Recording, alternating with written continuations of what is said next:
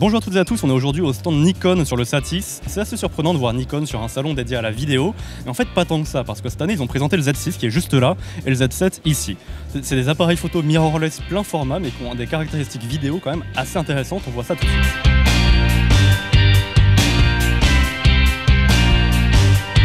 Alors pour faire un rapide tour des caractéristiques de cet appareil, on retrouve une 4K sans crop contrairement à ce que propose Canon et une 4K à 30 images secondes.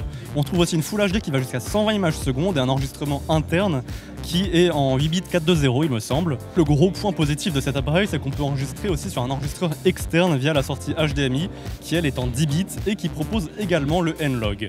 Alors c'est un peu bizarre au début, le N-Log n'est pas disponible en enregistrement interne mais que en enregistrement externe. Sur le stand on le voit proposer avec un Atomos Ninja 5.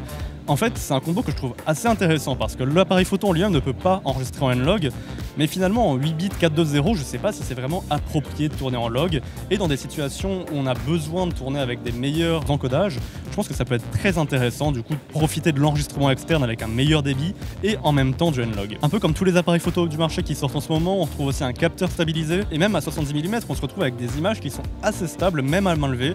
Franchement, c'est assez pratique, même si c'est pas quelque chose que je trouve indispensable, surtout maintenant qu'on a des stabilisateurs qui existent pour pas trop cher. Comme je disais, j'ai pu un petit peu tester l'appareil, j'ai pas bien sûr pu analyser ces images, mais du coup je vais surtout vous parler de l'ergonomie. Pour commencer, sur ma première prise en main, ce qui m'a vraiment gêné en fait, c'est le positionnement des boutons et globalement toute la partie droite de l'appareil. La partie de la poignée où on a le bouton de mise sous tension, le bouton d'enregistrement et le bouton d'ISO, et je trouve pas hyper bien géré. Quand je tiens l'appareil en main, les boutons tournent pas hyper bien, je trouve, et en plus la petite molette qui est sous le bouton d'enregistrement, j'ai aussi un peu de mal.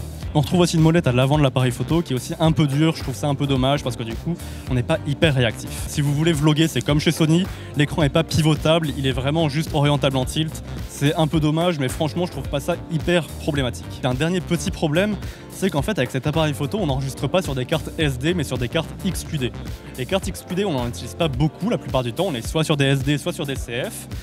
Et la XQD c'est quelque chose d'assez cher et d'assez gros.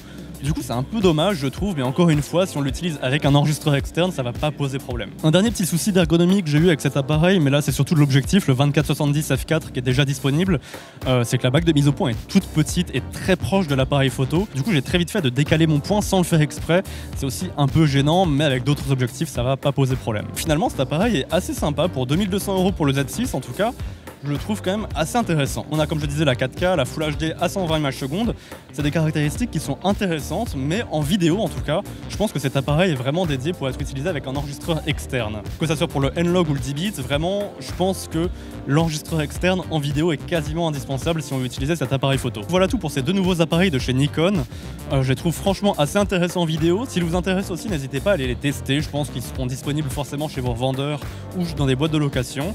Et sinon, si vous avez des questions à propos de l'appareil photo, vous pouvez les laisser en commentaire. Sinon, si vous avez aimé la vidéo, vous pouvez l'aimer et la partager. Et vous pouvez bien sûr vous abonner pour ne pas rater les prochaines vidéos, que ce soit au Salon de la Photo, au Satis ou sur ma chaîne. Allez, salut!